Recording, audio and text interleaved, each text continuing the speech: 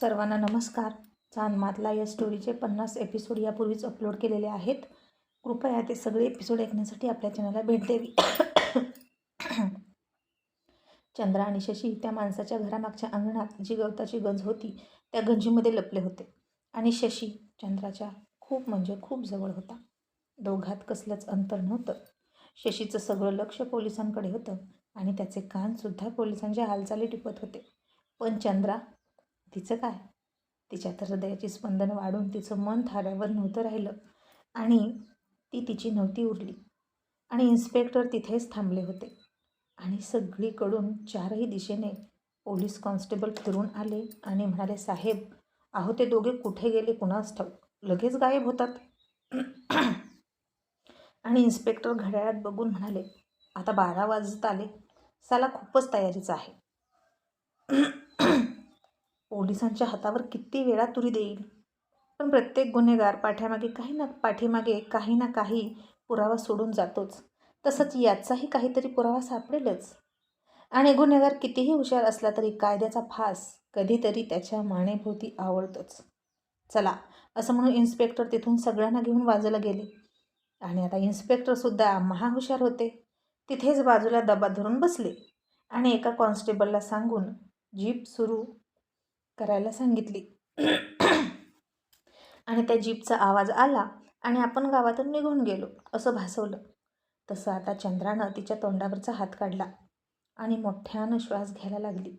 आणि शशीनं सुद्धा सुटकेचा निश्वास सोडला आणि डोळे झाकून थोडा वेळ तिथेच पडला. आणि मग तो तिला म्हणाला, चंद्रा, तू ठीक आहेस ना? आणि त्याच्या तोंडातून तिच्या नावाची हाक आणि ते काळजीचे शब्द ऐकून तिला शब्द फुटेना. ती काहीच न बोलता फक्त लाजून गप्प बसली होती. आणि मग त्याच्या लक्षात आलं की आपण तिच्या किती जवळ आलोय. तसा तो मागे सरकला, गवताच्या पेंड्या बाजूला सरकवल्या आणि दोघेही आपल्या आपल्या बॅग घेऊन बाहेर आले. तशी चंद्रा खाली वाकली. तिच्या पायात बहुतेक काटा खुडला होता आणि तिला पाऊलही टाकता येत नव्हतं. आणि तिची चप्पल आणायला ते दोघे पुन्हा परत त्या घरात जाऊ सुद्धा शकत नव्हते, कारण नक्कीच तिथं कोणीतरी पोलीस बंदोबस्ताला असेल. मग शशीसुद्धा तिला म्हणाला, खूप दुखतंय का गं? चंद्रा म्हणाली, हो. असं म्हणून तिनं त्याच्याकडे वर पाहिलं आणि खूप घाबरली, कारण शशीच्या पाठीमागं आता चक्क इन्स्पेक्टर उभा होते. आणि ती म्हणाली, पोलीस. तसं शशीनं पाठीमागे पाहिलं आणि पोलिसांना बघून त्यालाही धक्का बसला आणि त्याच्या हातातून पैशांची बॅग खाली निसटली. चंद्रा आता तशीच खाली बसली होती आणि विजयाच्या आनंदात इन्स्पेक्टर हसूनच म्हणाले, काय नाव आहे तुझं? आणि शशी म्हणाला, अजित.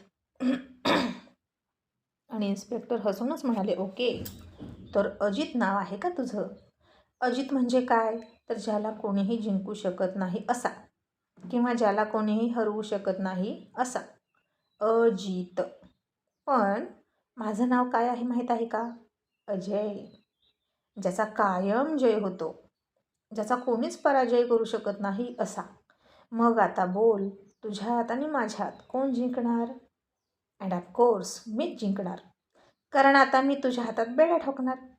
खूप हुलकावण्या दिलं तू मला, पण आता नाही. खूप दिवस झालं तुझ्या मागावर होतो. असं म्हणून इन्स्पेक्टरनं शशीसमोर बेड्या पकडल्या आणि म्हणाला, आता तुला या बंधनात अडकवतो, चल. आणि शशी त्याला म्हणाला, ऐका ना इन्स्पेक्टर, मी काय म्हणतो, तुम्हाला किती पेट्या हव्यात ते बोला. 1, 2, 3, 4 की 5? आता चंद्राला काही कळत नव्हतं पेट्या म्हणजे काय, आणि तिला वाटलं लोखंडाच्या पेट्या असतात, सामान ठेवायचा ट्रंक, तशा पेट्या म्हणतो की काय शशी. आणि हा आकडा ऐकून इन्स्पेक्टरने शशीच्या छातीवर त्याची काठी टेकवली आणि जोरात दाबली आणि शशीकडं रागात बघितलं. आणि तसाच शशी गालात कुत्सितपणे हसला आणि म्हणाला, इन्स्पेक्टर इन्स्पेक्टर, तसा मी कोणाच्याच हाताला सापडत नाही, पण. आणि त्याचं वाक्य पूर्ण होण्याच्या आतच इन्स्पेक्टर म्हणाले, पण ही मुलगी ना, हिच्यामुळे तू सापडला, बरोबर ना? आणि शशी म्हणाला, तुम्ही बरोबर ओळखलं. तिचं रक्षण करणं माझी जबाबदारी आहे. पण सोडा ते. तुम्ही तुमची किंमत बोला. 6 पेट्या? तसं इन्स्पेक्टरनं बेडीचं लॉक खोलून शशीच्या हातात बेडी घालायला सुरुवात केली आणि शशी म्हणाला, 8 पेट्या. आणि इन्स्पेक्टरनं काहीच न बोलता आणखीन जवळ आला आणि शशीच्या हातात बेडी घालणार इतक्यात शशीने हात मागे घेतला. त्या बेडीचा स्पर्शसुद्धा स्वतःला करून घेतला नाही आणि म्हणाला, 10 पेट्या. तसा हा आकडा ऐकला तसं इन्स्पेक्टर जागेवर थांबला आणि शशीच्या हातात घालण्यासाठी घेतलेली बेडी मागं घेतली आणि हसून म्हणाले, ओके डन, मोज. आणि हे ऐकलं तसं चंद्राला तर आश्चर्यच वाटलं. हे दोघे काय बोलत होते असलं? तिला काही कळत नव्हतं. आता तो इन्स्पेक्टरसुद्धा लाचखोरच होता आणि अशा लोकांना ओळखायला शशी 1 मिनिट पण लावत नाही. म्हणून शशीनं त्याच्यासमोर लाच टाकली आणि त्यानं ती घेतली. मग शशी आता खाली बसला आणि त्यानं त्याची बॅग उचकली आणि पटापट बंडल मोजायला सुरुवात केली. 1, 2, 3, 4, 5, 6, 7, 8, 9 आणि 10 असे बंडल काढून इन्स्पेक्टरच्या हातावर ठेवले आणि इन्स्पेक्टरने ते सगळे बंडल पटापट त्याच्या वर्दीच्या शर्टमध्ये टाकले. आणि शशी हसून म्हणाला, इन्स्पेक्टर, तुमच्यासारखे आहेत म्हणून आमच्यासारखे राजरोसपणे काम करतात. आणि ज्या दिवशी तुम्ही प्रामाणिकपणे ड्युटी कराल त्या दिवशी देश खरंच प्रगती करेल. तुम्ही देशातून गुन्हेगारी हटवण्याचा नाही तर देशामध्ये गुन्हेगारीला खतपाणी घालण्याचा पगार घेता. आता इन्स्पेक्टरही गालात हसले आणि म्हणाले, मी एकट्याने प्रामाणिक राहून काय करायचं? दुसरा कोणीतरी भेटलाच असता की तुला पेटे घेणारा. मग मी घेतले म्हणून काय वाईट आहे? येणाऱ्या लक्ष्मीला नाही म्हणायचं नसतं. आणि शशी पुन्हा हसून म्हणाला, असंच प्रत्येकाला वाटतं की मीच का, आणि सगळेच तसे वागतात. आणि आता चंद्राला कळलं की पेट्या म्हणजे काय. आणि इन्स्पेक्टर चंद्राकडे बघून हसूनच म्हणाले, बाकी पोरगी चांगली कटवलीस बरं का, भन्नाट आहे. कुठं भेटली? नुसता क्रीमचा माल आहे. तसं हे ऐकून चंद्राला राग आला, पण ती काहीच नाही बोलली. आणि शशी इन्स्पेक्टरवर नजर रोखून म्हणाला, this is none of your business. Chandra आता तशीच खाली बसून त्याचं ऐकत होती. आणि इतक्यात तिकडून 2 कॉन्स्टेबल येताना इन्स्पेक्टरला दिसले. आणि आता आपण शशीसोबत मांडिवली केली आहे, त्याच्याकडून पैसे घेतलेत आणि त्याला सोडतोय हे जर कॉन्स्टेबलला कळलं तर त्यांनासुद्धा यातला हिस्सा द्यावा लागेल त्यांचं तोंड बंद करण्यासाठी, असं त्याला वाटलं. आणि त्या अप्रामाणिक इन्स्पेक्टरची नीयत लगेच बदलली. आणि त्यानं पटकन शशीच्या हातात बेड्या ठोकायला सुरुवात केली. तसा शशी गोंधळून म्हणाला, इन्स्पेक्टर, हे काय आहे? आणि इन्स्पेक्टरनं शशीच्या कानाखाली दिली आणि म्हणाला, मला लाच देतोस? माझ्यासारख्या प्रामाणिक पोलीस ऑफिसरला विकत घेण्याची तुझी हिंमत कशी झाली? आता जेव्हा जेडमध्ये सडशील ना तेव्हा तुझी सगळी अकड निघून जाईल. आणि आता ते ऐकून शशी चिडला. चंद्राला तर फार आश्चर्य वाटलं आणि ती मनातच म्हणाली, किडे पडतील याच्या तोंडात, किती खोटारडा आहे हा. पण आता तो पोलीस होता म्हणून त्याच्यासमोर बोलण्याची तिची हिंमत नाही झाली. पण शशीसमोर तर फार चराचरा बोलायची. आणि शशी म्हणाला, इन्स्पेक्टर, हे तू चांगलं करत नाहीस. मी ऑन ड्युटी पोलीस ऑफिसरवर हात उचलत नाही. म्हणून नाही तर.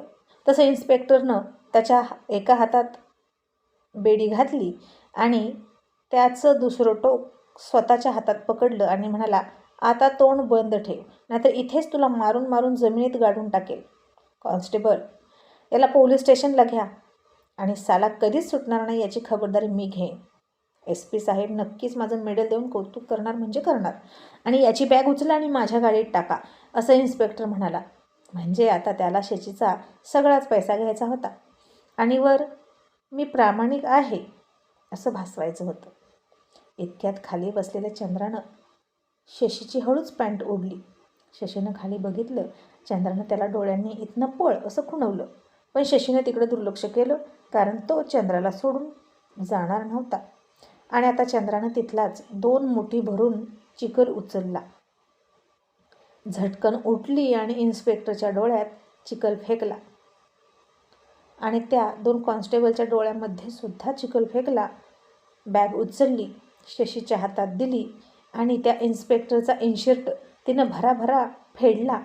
तसे जमिनीवर पैशांचे बंडल पडले आणि ते पडलेले बंडल चंद्रानं पटापट उचलले, शशीच्या बॅगमध्ये टाकले आणि त्याच्या हातात बॅग देऊन म्हणाली, तू इथून पळ. आता इतकं सगळं होईपर्यंत त्या इन्स्पेक्टरला काही सुचेना. तो नुसता डोळे चोळत ओरडत होता. आणि चंद्रानं शशीला पुन्हा सांगितलं, तू इथून जा. आणि शशी म्हणाला, अगं पण तुला सोडून कसं जाऊ? चंद्रा म्हणाली, माझं काय व्हायचं ते होऊ दे, पण तू जा म्हटलं ना, तुला तुझ्या आईची शपथ आहे.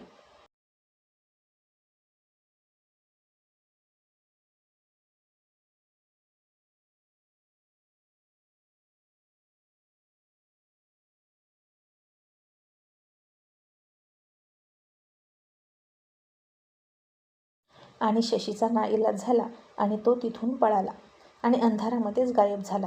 आता चंद्रासुद्धा पाठीमागून हळूहळू पळत होती, पण तिच्या टाचेमध्ये घुसलेला काटा खूप दुखायचा आणि इन्स्पेक्टरनं पाठीमागून जाऊ तिला पकडलीच. आणि त्याला आता चंद्राचा खूप राग आला, कारण पैसाही गेला, हातात आलेला गुन्हेगारसुद्धा निसटला. आणि इन्स्पेक्टरने चंद्राच्या 2 कानाखाली दिल्या आणि म्हणाला, जास्त शहाणपणा करतेस का? खूपच मर्दानगी आली आहे तुझ्यात, माझ्यावर चिकलफेक करतेस. आणि चंद्रासुद्धा रागात म्हणाली, आणि तू किती खोटारडा आहेस, त्याच्याकडून पैसे घेऊन सुद्धा त्याला न सोडता त्यालाच बेड्या ठोकत होता आणि वरनं प्रामाणिकपणाचा आव आणत होता का? आणि इन्स्पेक्टर म्हणाले, शटअप, तू गुन्हेगार आहेस, गुन्हेगाराला साथ देतेस, त्याच्या इतकी तू सुद्धा अपराधी आहेस. आता तुला दाखवतो गंमत. कॉन्स्टेबल गाडी काढा, सालेला रिमांड रूममध्ये घेऊन तिचा माज उतरवतो. आणि कॉन्स्टेबल गाडी आणायला गेले. तोपर्यंत तो इन्स्पेक्टर आता गोल गोल चंद्राच्या दिशेने फिरत होता. रात्रीचा 1 वाजत आला होता आणि तो गोऱ्या देखण्या तरुण चंद्राकडे खूप घाणेरड्या नजरेनं बघत होता आणि म्हणाला, मगाशी तूच होतीस ना त्या घरात धूर करून बसलेली? आणि खाटावर तो झोपला होता बाळातीन होऊन. खरंच, आता खरं तर त्याला बाळातीनच केलं असतं, हातात सापडला असता तर. आणि मगाच्या धुरामध्ये तुझा चेहरा स्पष्ट दिसलाच नव्हता, पण आता तुला बघतोय आणि खरंच यू आर सो ब्युटिफुल. तू बाई नाहीस, तू आग आहेस, तू वाघीण आहेस. आणि बघूच आता तू माझ्यावर किती हल्ला करतेस. आता तू पोलीस स्टेशनमध्ये नाही जाणार, तू जाणार थेट माझ्या घरी. तशी चंद्रा घाबरली आणि म्हणाली, कायद्याचा रक्षक म्हणतोस ना स्वतःला आणि असा वागतोस का? तुझ्यापेक्षा ती लांडगी गिराडी परवडली. आता इन्स्पेक्टर म्हणाला, अगं कुठे पळतेस त्याच्या पाठीमागे इकडे तिकडे? हे बघ, माझं ऐक, तुझ्यावर एकही चार्ज लावणार नाही, फक्त माझ्या घरात राहा. माझी बायको डिलिव्हरीला गेली आहे, ती येईपर्यंत घरात राहा एकदम राणीसारखं. आणि ती आली की तुझी दुसरीकडे कुठेतरी सोय करतो, पण तुला आयुष्यभर सोडणार नाही. कपडा लत्ता दागिने सगळं देतो. असं म्हणून त्यानं चंद्राच्या खांद्याला हळूच स्पर्श केला आणि चंद्रानं रागात त्याचा हात झटकला आणि थोडी दूर उभा राहिली. आणि इन्स्पेक्टर पुन्हा त्याचं पिस्तूल काढून चंद्राच्या चेहऱ्यावरून, तिच्या मानेवरून, ओठांवरून फिरवत म्हणाला, अशी का घाबरतेस? एवढ्या मोठ्या गुन्हेगारासोबत रात्रंदिवस पळतेस, तेव्हा नाही भीती वाटत तुला? जान छिडकतेस का त्याच्यावर? आणि चंद्रा म्हणाली, तुझ्यापेक्षा 1000 पटीनं चांगला आहे तो. इतके दिवस त्याच्यासोबत एकटी होती, पण कधीच वाकड्या नजरेनं बघितलं नाही त्यानं माझ्याकडं. आणि तू त्याला गुन्हेगार समजतोस, मग तू कोण आहेस?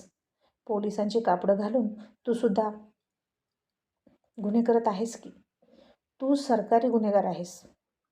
आणि इन्स्पेक्टर म्हणाले, अरे पा, तुला खूपच बोलता येतं की, चांगली वकील होशील त्याची. आता तुला बोलता तर चांगलं येतं, पण करता काय काय येतं ते बघूच आपण. आणि चंद्राने तोंड मृगळलं आणि इकडे तिकडे बघायला लागली. इतक्यात गाडी आली आणि तिला ढकलत इन्स्पेक्टर म्हणाले, काय बघतेस? आता तो पुन्हा येत नाही. आता तो आला काय आणि देव आला काय किंवा त्याचा बाप आला, तुझी सुटका नाही. असं म्हणून तिला गाडीत बसवली आणि गाडी सुरू केली. आणि दोन्ही कॉन्स्टेबलला म्हणाला, तुम्ही आता तुमच्या घरी जा, मी हिला घेऊन पोलीस स्टेशनला जातो. पण आता तो तिला घेऊन कुठे जाणार होता हे चंद्राला माहीतच होतं. मग काही अंतर गाडी निघाली तसा गोळीचा आवाज आला. एकामागे एक अशा 2 गोळ्या सुटल्या आणि गाडी जाग्यावर थोडीशी वाकडी तिकडी होऊन थांबली. इन्स्पेक्टरनं ओळखलं की त्याची गाडी पंक्चर केली आहे आणि तो हातात पिस्तूल घेऊन खाली उतरला आणि शशी कुठे दिसतोय ते बघू लागला. आणि शशीनं आता त्याच्या पिस्तुलावर नेम धरून गोळी मारली आणि लगेच चलाकीनं 4थी गोळी त्याच्या पायावर मारली. तसा इन्स्पेक्टर विळून पाय पकडून खाली बसला.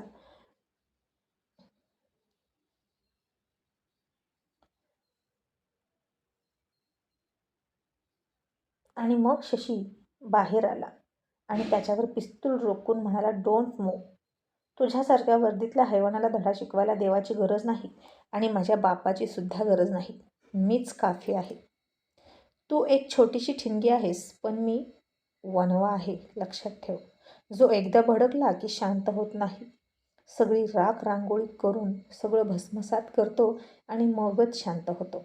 असा वणवा आहे मी." असं म्हणून त्यानं त्याचं खाली पडलेलं पिस्तूलसुद्धा उचललं आणि दूर फेकून दिलं.